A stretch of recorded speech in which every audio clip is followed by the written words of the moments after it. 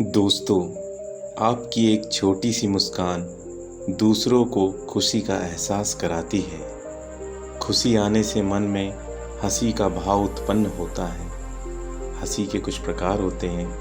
पहले तरह की हंसी जब कोई किसी पर हंसता है, यह बहुत छोटी हंसी होती है। अपने आप पर हंसी यह दूसरे प्रकार की हंसी होती है। इससे व्यक्ति स्वयं को जानने लगता है।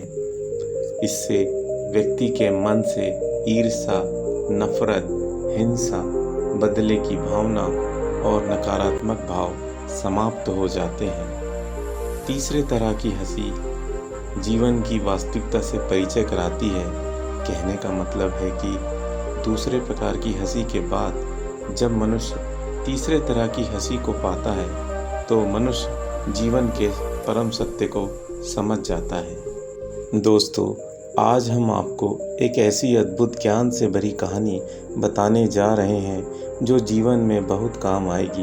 ये कहानी है 3 बौद्ध भिक्षुओं की, जिन्हें आज दुनिया दी 3 लाफिंग मॉन्क्स के नाम से भी जानती है, क्योंकि ये तीनों भिक्षु मुंह से कभी एक शब्द नहीं निकालते, ना कोई शिक्षा देते, ना कोई उपदेश, बस सिर्फ हंसते ही रहते। इस तरह हंसते कि मानो हंसना ही इनकी ज़िंदगी का उद्देश्य हो। इनकी हंसी में ही इतनी शक्ति थी कि हर कोई इनकी हंसी की तरफ आकर्षित होकर स्वयं भी हंसने लगता। वो बौद्ध भिक्षु जब हंसना शुरू करते तो ऐसे हंसते कि मानो वो उनकी जीवन की आखिरी हंसी हो। दोस्तों, इनकी चमत्कारी हंसी की वजह से आसपास के माहौल में इतनी ज़बरदस्त सकारात्मक ऊर्जा का संचार होता कि जो भी इस ऊर्जा के संपर्क में आता तो वह भी अपनी हंसी को रोक नहीं पाता, जिसके साथ वहाँ मौजूद हर कोई कुछ समय के लिए मानो अपने हर दुख कष्टों को भूल गया हो। दोस्तों, इन तीनों महान भिक्षुओं के लिए इनकी हंसी ही इनकी तप और साधना थी। एक दिन ये तीनों भिक्षु भ्रमण करते हुए एक गांव के बीचों बीच पहुंचे और वहां खड़े होकर जोर जोर से हंसने लगे। वहां के लोग शुरू में उन्हें हंसता हुआ देखकर उन्हें हैरानी भरे भाव से देखने लगते थे, लेकिन जब वो रोज उन्हें जोर जोर से हंसते हुए देखते तो वो खुद ही अपनी हंसी रोक नहीं पाए और वहाँ भी उन भिक्षुओं के संग हंसने लगे, क्योंकि वो बौद्ध भिक्षु दिल खोलकर हंसते थे। उनके हंसने का अंदाज ही ऐसा होता कि हर कोई उस वक्त तक अपने तमाम दुख और परेशानी को भूलकर हंसने पर मजबूर हो जाता, बस उन्हें देखता ही रहता। देखते ही देखते कुछ दिनों में भिक्षुओं के साथ हंसने वालों की भीड़ बढ़ने लगी। एक दिन ये हंसी गांव के लगभग हर इंसान के चेहरे पर खिलने लगी। दोस्तों, ये वो पल था जब वो 3 भिक्षु बहुत दिनों बाद किसी गांव में आए थे। इन भिक्षुओं की हंसी ही इनकी प्रार्थना थी, क्योंकि वो किसी से एक शब्द भी नहीं बोलते थे। वो बस हंसी का माहौल बना देते थे। पूरे चाइना में उनको प्यार और इज्जत मिलने लगी। फिर एक दिन ऐसा भी आया जब एक गांव में तीनों भिक्षुओं में से एक की मृत्यु हो गई। वहाँ जैसे ही गांव के लोगों को ये बात पता चली तो गांव के लोगों की भीड़ जमा होने लगी, ये देखने के लिए कि बाकी के 2 भिक्षु अब किस तरह का रिएक्ट कर रहे होंगे। इस वक्त उनकी मनोदशा क्या होगी। जरूर आज वो भी उदास होंगे। आज हम जिंदगी में पहली बार बाकी दोनों भिक्षुओं को रोता हुआ देखेंगे। लेकिन जब धीरे धीरे लोगों की भीड़ उन भिक्षुओं के पास जमा होती गई, सब वहाँ का दृश्य देखकर दंग रह गए, क्योंकि बाकी के 2 भिक्षु जमीन पर पड़े तीसरे भिक्षु की मौत पर जोर जोर से हंस रहे थे। लगातार बस हंसते जा रहे थे। भीड़ में खड़े एक व्यक्ति ने जिज्ञासा पूर्वक ही पूछ लिया कि ऐसे समय में आप उदास होने की वजह हंस क्यों रहे हैं।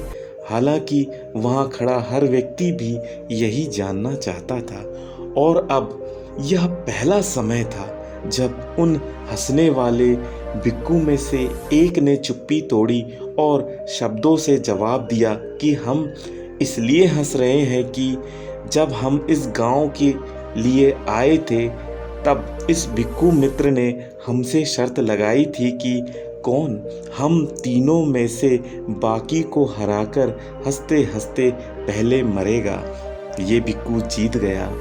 भिक्खू की यह बात सुनकर वहां मौजूद सभी लोग भावुक हो गए। इसके बाद रीति रिवाज अनुसार जैसा क्रियाक्रम किया जाता है, जैसे मृत व्यक्ति के शरीर को धोया जाता है, उसके कपड़े बदले जाते हैं और उसको जलाया जाता है। लेकिन दोस्तों, जैसे ही कपड़े बदलने की बारी आई तो दोनों भिक्खू में से एक भिक्खू ने कहा कि इनके कपड़े मत बदलिए, क्योंकि मरने से पहले इस भिक्खू ने कहा था कि मैंने कभी किसी गंदगी को अपनी हंसी की मदद से अपने अंदर जाने नहीं दिया, इसलिए मरने पर मेरे कपड़े को मत बदलना। इस तरह दोस्तों, उस भिक्खू के मृत शरीर को बिना कपड़े बदले जला दिया गया। जब उनकी चिता जलाई गई तब एक अजीब सा हुआ। चिता से कुछ पटाखे फटने की आवाज़ आई और देखते ही देखते चारों तरफ चिता से निकलकर खूबसूरत रंग बिरंगी रोशनी सी हुई। वो दृश्य इतना चमत्कारी था जिसे देख वहाँ मौजूद कोई भी व्यक्ति अपनी हंसी को रोक नहीं पाया। इस तरह वो भिक्खू मरने के बाद भी लोगों को हंसा गया। दोस्तों, बाद में पता लगा कि मरने वाले भिक्खू ने अपने कपड़ों में कुछ पटाखे छुपा रखे थे। जब वो पटाखे अग्नि के संपर्क में आए तो वहाँ पर फटकर रंग बिरंगी रंगों में चारों ओर फैल गए। ये देखकर दोनों भिक्खू ने कहा, मित्र, तुम तो बहुत चालाक और महान निकले। एक बार फिर से तुमने हमें हरा दिया। तुम्हारे द्वारा दी गई ये हंसी दुनिया में सबसे खूबसूरत आखिरी हंसी के नाम से जानी जाएगी। दोस्तों, इन तीन भिक्खुओं के जीवन की इस घटना से हमें यह शिक्षा मिलती है कि जीवन एक खूबसूरत वरदान है, इसे खुलकर जी लेना चाहिए। जीवन में किसी भी तरह के दुख तनाव पर बेवजह परेशान नहीं होना चाहिए।